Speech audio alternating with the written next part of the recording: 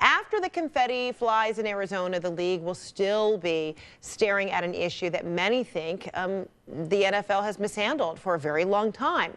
I'm talking about domestic violence. You know you've called 911. This is an emergency line. How long it'll be? Okay, ma'am. Is everything okay over there? Do you have an emergency or not? Yes. And you're unable to talk because... Right. Is there someone in the room with you? Just say yes or no. Yes. Okay, it looks like I have an officer about a mile from your location. Are there any weapons in your house? No. Can you stay on the phone with me? No. See you soon. Thank you. All right, that's the NFL's new public service announcement that will air during the game tonight, aimed at raising awareness and improving the league's image on the issue, its response to the issue. Joining me right now is attorney and radio personality Mo Ivory, sports attorney David Cornwell back with us, and Ted Bunch, educator and activist in the effort to end violence against women. Glad you all could be with me. So, Mo, let me begin with you. A bold, courageous move for the NFL?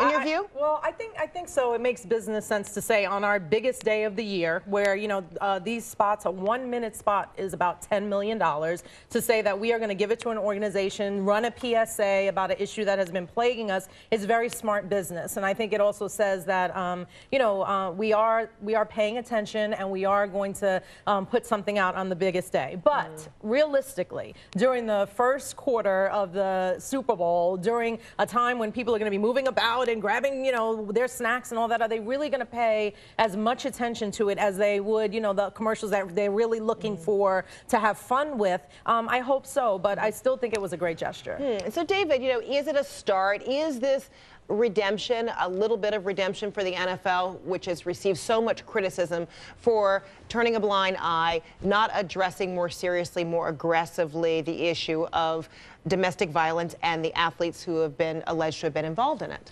Absolutely. Listen, the NFL earned the criticism that it got for domestic violence. And the Commissioner Goodell said, we're going to get it right. And this is a step in the right direction.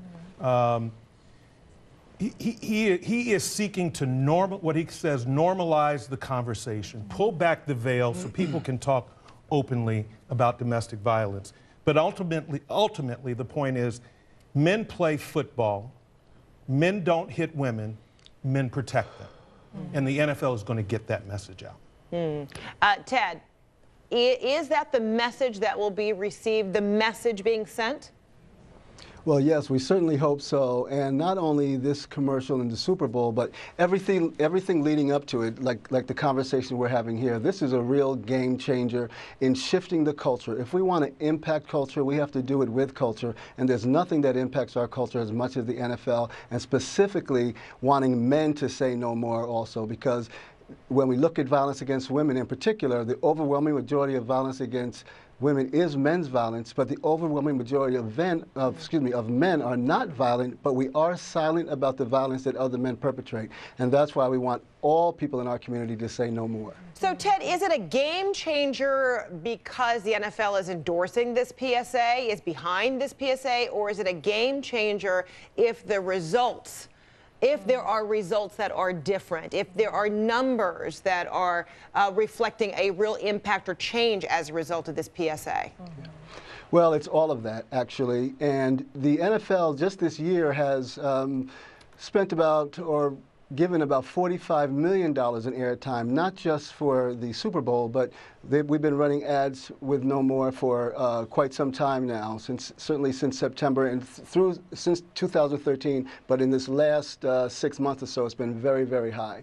And so it's a game changer from the raising awareness in our communities and talking about this as breaking the silence. No More tagline is, together we can end domestic violence and sexual assault. So we have to begin to talk about these things, and we're talking about it in a way that we never have before. It's now part of the national dialogue, and it's well overdue. Does everyone agree that at least the discussion is being had? It is happening, but there is the what's next. I mean, that kind of is the most important thing here, is it not? The NFL doesn't just influence culture, it mirrors culture. So what we're seeing going on in the And NFL, maybe even creates it to a degree. I think it certainly mirrors it. These men come from somewhere, right? But I think it's important to hear the woman's voice, too. I think that this commercial is so clever in the way it sort of speaks to the victim who can't just do what most people think. Just call the police or just get out. Well, what do you do when the person's standing right next to you? So I love the way they handled the issue of the code language. And as much as it is important for the victim to be able to speak in codes, it's also important for the 911 operator to understand those codes. So I think they're speaking to training. I think they're speaking to a woman's fear of what happens when she can't just run away. And I think it was a clever way to address it. And I hope there will be results because, like you said, the commercials are great, but if there's not results and men stop beating women and killing women, then, you know, commercials can play all day long. All right. Thanks so much. Good to see all of you guys. Appreciate it. Ted Bunch, David Cornwell, Mo Ivory. Appreciate it.